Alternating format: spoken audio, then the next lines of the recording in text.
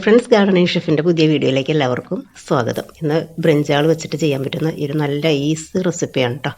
പെട്ടെന്ന് ചെയ്തെടുക്കാൻ പറ്റുന്ന ഒരു ചമ്മന്തിയുടെ റെസിപ്പിയാണ് ഷെയർ ചെയ്യണത്. അപ്പോൾ അതിന് വേണ്ടിയിട്ട് ബ്രിഞ്ചാൾ ഇതുപോലെ റൗണ്ടാക്കി കട്ട് ചെയ്യാം. റൗണ്ടാക്കി കട്ട് ചെയ്യണതാവും കുറച്ചുകൂടി ബെറ്ററായിട്ട് തോന്നിയിട്ടുള്ളത്. നമുക്കിത് നന്നായിട്ട് ഉടച്ചെടുക്കാനൊക്കെ ഉണ്ട്. അപ്പോൾ നന്നായിട്ട് ഉടഞ്ഞ് കിട്ടാനായിട്ട് ഇതുപോലെ റൗണ്ട് ആകുമ്പോൾ പെട്ടെന്ന് റെഡിയാവും. ഇനി ഇതിലേക്ക് ഒരു ചെറിയൊരു മാരിനേഷൻ കൊടുക്കുക. ഒരു ഇത്തിരി ഉപ്പ്, മഞ്ഞൾപ്പൊടി, മുളക് പൊടി, ഇത്തിരി വെള്ളം ഒന്ന് ചെറുതായിട്ട് കുടഞ്ഞതിന് ശേഷം ഒന്ന് പുരട്ടി വെക്കുക. റെസ്റ്റ് ചെയ്യാനായിട്ടൊന്ന് വയ്ക്കുകയൊന്നും വേണ്ട കേട്ടോ. ഇനി പാനിലേക്ക് ഒരു സ്പൂൺ വെളിച്ചെണ്ണ ഒഴിച്ച് കൊടുക്കാം. ഇനി അതൊന്ന് ചൂടായി വരുന്ന സമയത്ത് നമുക്കിതിലേക്ക് ഒന്ന് രണ്ട് കാര്യങ്ങളൊന്ന് റെഡിയാക്കാനുണ്ട്. അത് ഇത്തിരി കറിവേപ്പിലയും അതുപോലെ 2-3 വെളുത്തുള്ളി, പിന്നെ സവോള അല്ലെങ്കിൽ ചെറിയ ഉള്ളി ആണെങ്കിൽ നല്ല ടേസ്റ്റ് ആയിരിക്കും കേട്ടോ. ഇനി ഒരു കളറിന് വേണ്ടിയിട്ട് ഞാൻ 2 പീസ് ബീറ്റ്റൂട്ട് ചേർത്തിട്ടുണ്ട്. വേണമെങ്കിൽ ചേർത്ത് കൊടുത്താൽ മതി. ഇനി ഇതൊന്ന് നന്നായിട്ടൊന്ന് വഴറ്റിയെടുക്കാം. ഒന്ന് വാടി വരണ ആ ഒരു ടൈമിൽ ഇനി ഇതിലേക്ക് ചതച്ച മുളകാണ് ചേർത്ത് കൊടുക്കുന്നത്. ചില്ലി ഫ്ലേക്സ് എരിവിനനുസരിച്ചിട്ട് വേണം ചേർത്ത് കൊടുക്കാൻ കേട്ടോ. അതും കൂടി ചേർത്ത് ഒന്ന് മുരിഞ്ഞ് വരട്ടെ. അപ്പോൾ ഇതിലേക്കും ഒരിത്തിരി ഉപ്പ് ആവശ്യമായിട്ട് വരും. അപ്പോൾ ഉപ്പും കൂടി ചേർത്ത് കൊടുക്കുക. ഇനി മുളകൊക്കെ നന്നായിട്ടൊന്ന് മുരിഞ്ഞ് വരുന്ന ടൈമിൽ നമുക്ക് ഇതുപോലെ ഒരു ബൗളിലേക്ക് മാറ്റി വെക്കാം. ഒരുപാട് വെളിച്ചെണ്ണയിലൊന്നും നമ്മൾ ചെയ്യണില്ല കേട്ടോ. ഒരു സ്പൂൺ വെളിച്ചെണ്ണയിൽ മാത്രമാണ് ഈ ഒരു പ്രോസസ്സ് ചെയ്തത്.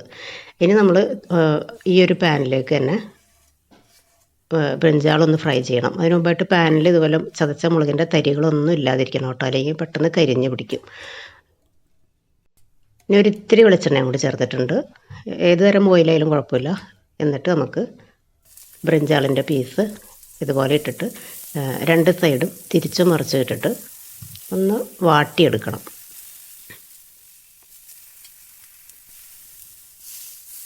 അപ്പോൾ നമ്മളിതിൽ മാരിനേഷൻ ചെയ്യുന്ന സമയത്ത് ഒരുപാട് പൊടികളൊന്നും ചേർക്കരുത് കേട്ടോ, അല്ലെങ്കിൽ പിന്നെ ചതച്ച മുളകും എല്ലാം കൂടി ചേർന്ന് വരുമ്പോൾ എരിവ് കൂടിപ്പോകും.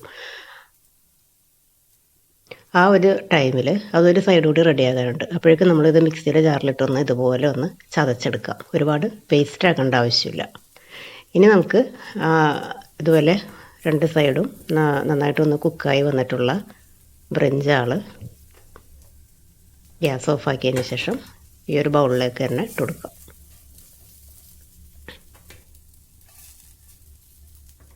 ഇത് ചൂടോടുകൂടി ഇതിലേക്ക് ഇട്ട് കൊടുക്കാം. പക്ഷേ ഇനി ഇത് നന്നായിട്ട് കൈ വെച്ച് ഉടച്ചെടുക്കുന്നതാണ് നല്ല ടേസ്റ്റ് ഉണ്ടാകുക. പക്ഷേ നന്നായിട്ട് കുക്കായിരിക്കുന്നത് കൊണ്ട് തന്നെ പിന്നെ ഇപ്പോൾ നല്ല ചൂടും ആയിട്ടിരിക്കുകയാണ്, ചൂടൊട്ടും ആറിയിട്ടില്ല.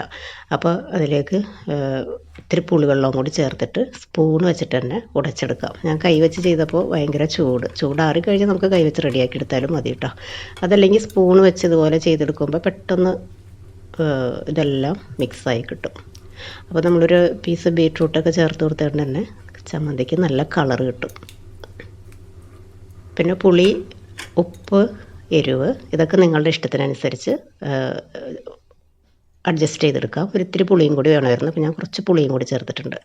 നല്ല സൂപ്പർ ടേസ്റ്റി ആയിട്ട് ചോറിന്, ചപ്പാത്തി, അതുപോലെ ഇഡ്ഡലി, ദോശ ഇതിനൊക്കെ നമുക്ക് കഴിക്കാം. നമ്മളെവിടെയൊക്കെ യാത്രയൊക്കെ പോകുന്ന സമയത്ത് ഇതുപോലെ റെഡിയാക്കി കൊണ്ടുപോകാം. ഫ്രിഡ്ജിലാണെങ്കിലും 1-2 ദിവസമൊക്കെ റെഡിയാക്കി വെക്കാം.